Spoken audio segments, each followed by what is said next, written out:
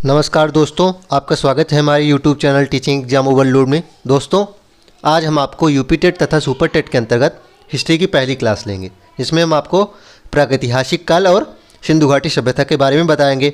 इससे पहले हमने आपको इतिहास का सामान्य परिचय और उसका सिलेबस का डिस्कशन किया था कि हम यूपी टेट तथा सुपर टेट की जो ये सीरीज चल रही है उसमें क्या क्या पढ़ेंगे। तो आज हम पाषाण काल पढ़ेंगे पहले, उसके बाद सिंधु घाटी सभ्यता। चलिए फिर सेशन को शुरू करने से पहले हमारी एक रिक्वेस्ट है कि हमारे चैनल को लाइक करें, सब्सक्राइब करें तथा ज़्यादा से ज़्यादा शेयर करें। चलिए फिर बिना किसी देरी शुरू करते हैं। पहला पॉइंट है प्रागैतिहासिक काल। थॉमसन ने इस काल को 3 भागों में बांटा। थॉमसन ने इस काल को 3 भागों में बांटा: पूरा पाषाण काल, मध्य पाषाण काल और नवपाषाण काल। चलिए देखते हैं, इसमें देखते हैं पूरा पाषाण काल। पूरा पाषाण काल में क्या क्या इंपॉर्टेंट है। सर्वप्रथम तो मैंने कल इसकी तिथि बताई थी कब से कब तक है, तो इसकी जो डेट है वह 30,000 ईसा पूर्व से 10,000 ईसा पूर्व तक है ना। इसकी तिथि क्या है? 30,000 ईसा पूर्व से 10,000 ईसा पूर्व। उसके बाद इसमें दूसरा बिंदु जो इम्पॉर्टेंट है कि पत्थरों का प्रयोग हुआ। इस काल में पत्थरों का प्रयोग हुआ। शिकार का अल्प ज्ञान था तथा आग जलाना सीखा। मोस्ट इम्पॉर्टेंट बिंदु क्या है पूरा पाषाण काल का, कि आग का ज्ञान इसी काल में होता। प्रश्न बनता है कि आग की खोज किस काल में हुई थी, तो पूरा पाषाण काल में। तथा इसका साक्ष्य कहाँ से मिला? इसका साक्ष्य मिला चीन के चाओजू गोजियन गुफा से। ध्यान रखिएगा, इसका साक्ष्य कहाँ से मिला है? चीन के चाओजू गोजियन गुफा से। चलिए अब आगे देखते हैं। दूसरा कालखंड है मध्य पाषाण काल। ध्यान रखिएगा, पाषाण काल में दूसरा पार्ट है मध्य पाषाण काल। इसमें मोस्ट इंपॉर्टेंट पॉइंट है कि इसे लघु पाषाण भी कहते हैं। इसे क्या कहते हैं? इसे लघु पाषाण भी कहते हैं। तीर कमान का प्रयोग होने लगा। इसमें शिकार का पूर्ण ज्ञान हो गया था। पशुपालन का साक्ष्य मिला। ध्यान रखिएगा, मोस्ट इंपॉर्टेंट है मध्य पाषाण काल में कि पशुपालन शुरू हुआ तथा इसका साक्ष्य कहाँ से मिला है? आदमगढ़ एमपी से। ध्यान रखिएगा, पशुपालन का साक्ष्य कहाँ से मिला है? आदमगढ़ एमपी से। तथा पालतू पशु का साक्ष्य कहाँ से मिला है? बाजौर राजस्थान से। पालतू पशु का साक्ष्य कहाँ से मिला है? बाजौर राजस्थान से। और पहला पालतू पशु पूछेगा कौन है, तो वह हो जाएगा कुत्ता। पहला पालतू पशु क्या हो जाएगा? कुत्ता हो जाएगा। तो मध्य पाषाण काल में क्या क्या इंपॉर्टेंट है? अभी एक पॉइंट और इंपॉर्टेंट है कि मिट्टी के बर्तन के साक्ष्य भी मिले हैं इलाहाबाद से। तो मध्य पाषाण काल में क्या क्या आएगा? इसे लघु पाषाण भी कहते हैं। तीर कमान का प्रयोग इसमें हुआ। शिकार का पूर्ण ज्ञान हो गया। पशुपालन के साक्ष्य मोस्ट इंपॉर्टेंट पॉइंट है, आदमगढ़ एमपी से मिले हैं तथा पहला पालतू पशु कुत्ता है। तथा बर्तन बनाना सीखा, इलाहाबाद साक्ष्य मिला है। तीसरा कालखंड है नवपाषाण काल। तीसरा कालखंड क्या है? नवपाषाण काल। इसमें सबसे इंपॉर्टेंट बिंदु है कृषि, यहीं से शुरू हुई। प्रश्न बनता है कृषि का आरंभ किस काल से हुआ, तो नवपाषाण काल से। ध्यान रखिएगा, कृषि का आरंभ नवपाषाण काल से हुआ। तथा इसका साक्ष्य कहाँ से मिलता है? इसका साक्ष्य मिलता है मेहरगढ़। इसका साक्ष्य कहाँ से मिलता है? मेहरगढ़, जो कहाँ पड़ता है? पाकिस्तान में। साक्ष्य कहाँ से मिला है? मेहरगढ़, पाकिस्तान से। तो प्रश्न अगर पूछे जाएगा कि कृषि का साक्ष्य कहाँ से मिला है, तो मेहरगढ़, पाकिस्तान से मिला। ध्यान रखिएगा। और उसमें भी जौ के साक्ष्य मिले थे। ध्यान रखिएगा, किस फसल के साक्ष्य मिले थे? सर्वप्रथम जौ के साक्ष्य। तो प्रश्न बनता है कृषि का खोज किस काल में हुई थी, तो नवपाषाण काल में। मतलब कृषि आरंभ हुई और इसके साक्ष्य मेहरगढ़, पाकिस्तान मिले हैं। तथा जो पहले फसल था वह जौ थी, जिसके साक्ष्य मिले हैं। पूजा शुरू हुई इसी काल में। पहिए का आविष्कार पूछा जाता है किस काल में हुआ, तो नवपाषाण काल में। इस काल में माइक्रोलिथ का प्रयोग हुआ। ध्यान रखिएगा, इस काल में माइक्रोलिथ का प्रयोग हुआ। माइक्रो का मतलब होता है छोटा, लिथ का अर्थ होता है पत्थर। तो छोटे पत्थरों का यूज होता था, जिसे माइक्रोलिथ कहते थे। तांबे की खोज हुई। मोस्ट इंपॉर्टेंट पॉइंट है कि तांबे की खोज हुई। प्रश्न बनता है कि पहली धातु कौन सी है, तो इसे ही पहली धातु भी कहते हैं। ध्यान रखिएगा, पहली धातु इसे कहते हैं क्योंकि सर्वप्रथम इसे ही खोजा गया। तो पहली धातु किसे कहते हैं? तांबा। तथा इसकी खोज नवपाषाण काल में हुई। इसके अलावा धान की खेती के साक्ष्य भी मिले। इसमें लिखा नहीं गया है, अभी आगे मिलेगा शायद, कि धान की खेती के साक्ष्य भी यहीं से मिले हैं, नवपाषाण काल में ही। कोल्डी हुआ प्रयागराज से। शिल्प का ज्ञान हुआ। अगला पॉइंट है शिल्प का ज्ञान हुआ। और मनुष्य सबसे पहले किन धातुओं को पहले? सबसे पहले तांबा, उसके बाद कांसा, उसके बाद लोहे का ज्ञान हुआ। ध्यान रखिएगा, मनुष्य ने सबसे पहले तांबा जाना, फिर कांसा उससे बना, फिर लोहे का भी ज्ञान हुआ। तो इस स्लाइड में क्या क्या इंपॉर्टेंट है नवपाषाण काल में? कि कृषि आरंभ हुई। साक्ष्य कहाँ से मिले हैं? मेहरगढ़, पाकिस्तान से। जौ के साक्ष्य मिले। पूजा शुरू हुई। पहिए का आविष्कार। माइक्रोलिथ का प्रयोग। तांबे की खोज हुई। शिल्प का प्रयोग। ये इंपॉर्टेंट बिंदु है। चलिए अब देख लेते हैं पाषाण काल के कुछ प्रमुख स्थल। पाषाण काल के कुछ प्रमुख स्थल। कृषि में 2 प्रमुख स्थल थे। एक मेहरगढ़, पाकिस्तान था, जिसमें प्राचीनतम कृषि के साक्ष्य मिले हैं। और एक है कोल्डी हुआ प्रयागराज। मैंने आपको बताया कि धान के खेत के साक्ष्य यहीं से मिले हैं। अगला है कि मानव खोपड़िक साक्ष्य। मानव खोपड़िक साक्ष्य कहाँ से मिले हैं? हथनौरा मध्य प्रदेश से मिले हैं। मानव खोपड़िक साक्ष्य हथनौरा मध्य प्रदेश से मिले हैं। चित्रकला के साक्ष्य मोस्ट इंपॉर्टेंट, चित्रकला के साक्ष्य कहाँ से मिले हैं? भीमबेटका मध्य प्रदेश। मोस्ट इंपॉर्टेंट है, इसको नोट कर लीजिएगा कि चित्रकला के साक्ष्य कहाँ से मिले हैं? भीमबेटका मध्य प्रदेश से। औजार के साक्ष्य मिर्ज़ापुर उत्तर प्रदेश से मिले हैं। अब चलिए आज के दूसरे टॉपिक को पढ़ेंगे, सिंधु घाटी सभ्यता का परिचय। इसे हड़प्पा सभ्यता कहते हैं, इसे कांसे की भी सभ्यता कहते हैं। ध्यान रखिएगा, हड़प्पा सभ्यता, कांसे की सभ्यता, प्रथम नगरी सभ्यता और सरस्वती सभ्यता। अब इसे सरस्वती सभ्यता क्यों कहते हैं? क्योंकि इसमें कई स्थल ऐसे थे जो सरस्वती नदी किनारे थे। प्रथम नगरी सभ्यता इसलिए थी क्योंकि प्रथम नगर यहीं से प्राप्त हुए थे, नगरी सभ्यता थी। कांस्य सभ्यता इसे इसलिए कहते हैं क्योंकि इस सभ्यता में कांसे का ही प्रयोग हुआ था, लोहे का ज्ञान इन लोगों को नहीं था। तथा हड़प्पा सभ्यता इसलिए कहते हैं क्योंकि पहला स्थल जो खोजा गया था वह हड़प्पा ही था सिंधु सभ्यता में। चलिए आगे देखते हैं इसके बारे में कुछ। इसका ध्यान जो है सिंधु घाटी सभ्यता के बारे में सबसे पहले 1826 में चार्ल्स मेसन ने किया। ध्यान रखिएगा, जो प्रथमता ध्यान दिया चार्ल्स मेसन ने 1826 में किया। उसके बाद 1856 में कनिंघम ने सर्वेक्षण कराया। 1856 में कनिंघम ने सर्वेक्षण करवाया और 1856 में ही बर्टन बंधुओं ने हड़प्पा सभ्यता की सूचना सरकार को दे दी थी। ध्यान रखिएगा, 1826 में चार्ल्स मेसन ने इसकी ओर अपना ध्यान आकृष्ट किया। उसके बाद 1856 में ही कनिंघम ने सर्वेक्षण करवाया और बर्टन बंधुओं ने सरकार को हड़प्पा सभ्यता की सूचना दी। उसके बाद 1921 में इसके पहले स्थल की खोज हुई, जो अब आगे पढ़ेंगे भी, दयाराम साहनी द्वारा। 1921 में दयाराम साहनी द्वारा इसकी खोज की गई और अध्यक्षता उस समय जॉन मार्शल ने की थी। समय काल देख लेते हैं। सिंधु घाटी सभ्यता का समय काल है 2500 BC से 1750 BC। सिंधु सभ्यता का समय काल कितना है? 2500 ईसा पूर्व से 1750 ईसा पूर्व। और एक इम्पॉर्टेंट पॉइंट है कि सिंधु सभ्यता का सबसे प्राचीन नगर कौन सा है? प्रश्न बनता है कि सिंधु सभ्यता तो पुरानी है ही, लेकिन उसमें भी सबसे प्राचीन नगर कौन सा है? तो वह है भीड़ाना, हरियाणा। ध्यान रखिएगा, भीड़ाना नामक स्थान है जो हरियाणा में पड़ता है। इसे 2014 में खोजा गया। ध्यान रखिएगा, इसे 2014 में खोजा गया और यह 7500 ईसा पूर्व है। ध्यान रखिएगा, 7500 ईसा पूर्व है, पुराना है। क्षेत्रफल अब देख लेते हैं, सिंधु घाटी सभ्यता का क्षेत्रफल कितना है? 12,99,600 किलोमीटर या फिर 13 लाख वर्ग किलोमीटर। क्षेत्रफल कितना है? 12,99,600 किलोमीटर स्क्वायर या फिर 13 लाख किलोमीटर स्क्वायर। अगला बिंदु है कि आकार क्या था? सिंधु घाटी सभ्यता का आकार क्या था? तो सिंधु घाटी सभ्यता का आकार त्रिभुजाकार था। ध्यान रखिएगा, इसका आकार कैसा था? इसका आकार त्रिभुजाकार था। समाज मात्र सत्तात्मक था। समाज जो था वह मात्र सत्तात्मक था, अर्थात सत्ता जो थी वह माता के ज़्यादा थी, मतलब माता की सत्ता समाज में, पिता की कम थी। लिपि भाव चित्रात्मक या फिर पिक्टोग्राफी थी। ध्यान रखिएगा, लिपि क्या थी इनकी? भाव चित्रात्मक या फिर पिक्टोग्राफी थी।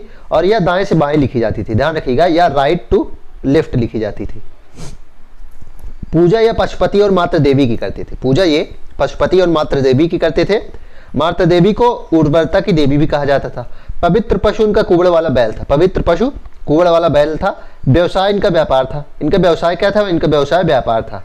आगे देखते हैं कि सिंधु घाटी सभ्यता 2 टीलों में विभाजित थी। ध्यान रखिएगा, सिंधु घाटी सभ्यता 2 टीलों में विभाजित थी।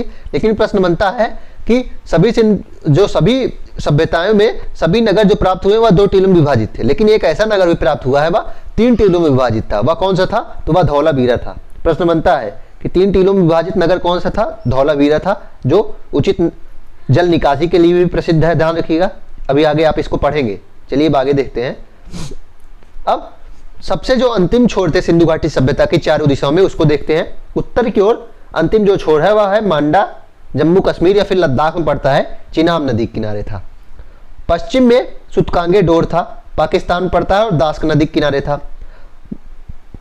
दक्षिण में महाराष्ट्र में दैमाबाद नामक स्थान तक इनका क्षेत्रफल फैला था और यह प्रवरा नदी के किनारे था, जो कि गोदावरी की सहायक नदी है। प्रश्न बनता है प्रवरा नदी किसकी सहायक नदी है? तो गोदावरी की है। और पूर्व में यूपी के आलमगीरपुर हिंडन नदी के किनारे, आलमगीरपुर यूपी में पूर्व की ओर इनका क्षेत्रफल फैला था। तो यह चारों स्थान बहुत इंपॉर्टेंट है, इसको याद कर लीजिएगा। अब देखते हैं सिंधु घाटी सभ्यता के स्थल। अब हम क्या देखेंगे? सिंधु घाटी सभ्यता के स्थल, जिसमें सर्वप्रथम हड़प्पा की खोज हुई थी। सर्वप्रथम हड़प्पा की खोज हुई थी, रावी नदी किनारे है और इसकी खोज करता दयाराम साहनी है। ध्यान रखिएगा, और यह पाकिस्तान पड़ता है। मोहनजोदाड़ो भी पाकिस्तान में ही पड़ता है, लेकिन यह सिंधु नदी किनारे था। ध्यान रखिएगा, मोहनजोदाड़ो भी पाकिस्तान पड़ता है। इसकी खोज 1922 में हुई। खोजकर्ता राखालदास बनर्जी है। चनहुदड़ो 1934 में खोजा गया। सिंधु नदी किनारे ये भी है, इसके खोजकर्ता मजूमदार हैं और पाकिस्तान में ये भी पड़ता है।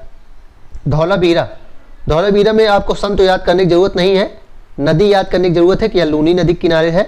इसके खोजकर्ता विष्ट हैं और गुजरात में यह नगर पड़ता है। लोथल भी गुजरात में पड़ता है, भोगवा नदी किनारे। नदी और आपको क्या स्थान में नदी किसके किनारे बसा है और किस राज्य में है, ये जरूर याद करना है।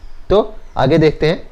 बनावली सरस्वती नदी किनारे है, बनावली जो है वह सरस्वती नदी किनारे है, बिष्ट ने ही खोजा था, हरियाणा में पड़ता है। कालीबंगन मोस्ट इंपॉर्टेंट है, कालीबंगन का सन भी इंपॉर्टेंट है। कालीबंगन घग्गर नदी किनारे है, राजस्थान में 1953 में खोजा गया। और रोपड़ सतलज नदी किनारे पंजाब में 1953 में ही खोजा गया। राखीगढ़ी घग्गर के किनारे है, हरियाणा में 1963 में। और सुरकोटदा पड़ता है 1964 में। सादी कौर नदी किनारे है, ध्यान रखिएगा, गुजरात में ही पड़ता है। तो इसमें आपको खोजकर्ता किनके याद करने हैं, हड़प्पा के। हड़प्पा खोजकर्ता कौन है, दयाराम साहनी, इनकी नदी रावी नदी किनारे। मोहनजोदाड़ो को याद करना है, सिंधु नदी किनारे है, राखाल दास बनर्जी ने खोजा है। चंदहुदड़ो कुजी मजूमदार ने, इसका भी याद करना है, 1934 में खोजी सिंधु नदी किनारे। और लूनी नदी किनारे धौलावीरा खोजा गया आर्यस बिष्ट ने, गुजरात में। लोथल का भी याद कर लीजिएगा, भोगवा नदी किनारे है, गुजरात में। चलिए अब देखते हैं जो स्थल प्रमुख है उसके बारे में, कहाँ से क्या प्राप्त हुआ है। सबसे पहले हड़प्पा देखते हैं। इसमें पहला बिंदु इंपॉर्टेंट है कि 5 किलोमीटर परिधि में यह फैला है। ग्रिड पद्धति से बना नगर है, ध्यान रखिएगा। शहरी निवास है और ग्रिड पद्धति पे होते थे। शव दफनाने का साक्ष्य यहीं से मिला है। कपास की खेती मोस्ट इंपॉर्टेंट है। सुरक्षा दुर्ग मिला है यहाँ पे, और मुद्रा बनाने में सेल खड़ी है। तो इसमें आपको याद क्या करना है, हड़प्पा में सबसे इंपॉर्टेंट है कपास की खेती के साक्ष्य यहाँ से मिले। और इसमें एक पॉइंट नहीं लिखा गया है, उसको याद कर लीजिएगा। स्त्री के गर्भ से निकलते हुए पौधे का चित्रण है, ध्यान रखिएगा। स्त्री के गर्भ से निकलते हुए पौधे का चित्रण है, यह 2 बहुत इंपॉर्टेंट है। तीसरा है शव दफनाने का साक्ष्य, शव दफनाने का साक्ष्य। ये 3 बहुत इंपॉर्टेंट है। आपको क्या क्या याद करना है, ग्रिड पद्धति से बना नगर है, शव दफनाने के साक्ष्य मिले हैं, कपास की खेती के साक्ष्य मिले हैं, और स्त्री के गर्भ से निकलते हुए पौधे का चित्रण है। अब हम दूसरे स्थल के बारे में देखते हैं, मोहनजोदाड़ो। मोहनजोदाड़ो एक सिंधी शब्द है, ध्यान रखिएगा, जिसका अर्थ क्या है, मृतकों का टीला। यह सिंधी शब्द है जिसका अर्थ है मृतकों का टीला। इसे सिंधु घाटी का बगीचा भी कहते हैं। इसे क्या कहते हैं, सिंध का बाग भी कहते हैं। सर्वाधिक जनसंख्या वाला नगर है और दूसरा सबसे बड़ा नगर है, ध्यान रखिएगा। यह सर्वाधिक जनसंख्या वाला नगर था और दूसरा सबसे बड़ा स्थल है। विशाल अन्नागार की प्राप्ति यहीं से हुई है, ध्यान रखिएगा। विशाल अन्नागार की प्राप्ति हुई है, जो सबसे बड़ी इमारत थी, और विशाल स्नानागार की भी प्राप्ति हुई है। हड़प्पा की जुड़वा राजधानी इसे कहते हैं। हड़प्पा की जुड़वा राजधानी कहते हैं क्योंकि 64 मूल चिन्ह मिलते हैं। 64 ऐसे चिन्ह मिले हैं जो, मतलब 64 ऐसी चीजें मिली हैं जो हड़प्पा में भी थी और मोहनजोदाड़ो में भी थी। स्वास्तिक चिन्ह का यहीं से साक्ष्य मिला है। बुने हुए कपड़े का साक्ष्य मिला है। दाढ़ी वाले महादेव और पशुपति देवता और कांसे की नर्तकी के साक्ष्य मिले। तो यह बहुत इंपॉर्टेंट है, इसमें सबको याद करना है। इसमें आपको इसकी ट्रिक है कि लगभग सभी मूर्तियां यही से प्राप्त हुई हैं, सिवाय स्त्री के गर्भ से निकलते हुए पौधे का जो चित्र है उसको छोड़ के सभी मूर्ति यहीं से प्राप्त हुई है। तथा विशाल स्नानागार यहाँ से हुआ है, विशाल अन्नागार भी यहीं से प्राप्त हुआ है। इसे सिंध का बाग कहते हैं। और हड़प्पा की जुड़वा राजधानी स्वास्तिक का चिन्ह भी बहुत इंपॉर्टेंट है। चलिए अब आगे देखते हैं। ये देखिए, ये नगर है, ये विशाल स्नानागार दिखाया गया है चित्र में। दाढ़ी वाले महादेव की चित्रण ये है, और ये कुबड़ वाला सांड, पवित्र पशु जो उनका था कुबड़ वाला सांड, उसकी चित्र है। चलिए आगे देखते हैं। कांसे की नर्तकी की मूर्ति है, ये कांसे की नर्तकी की मूर्ति।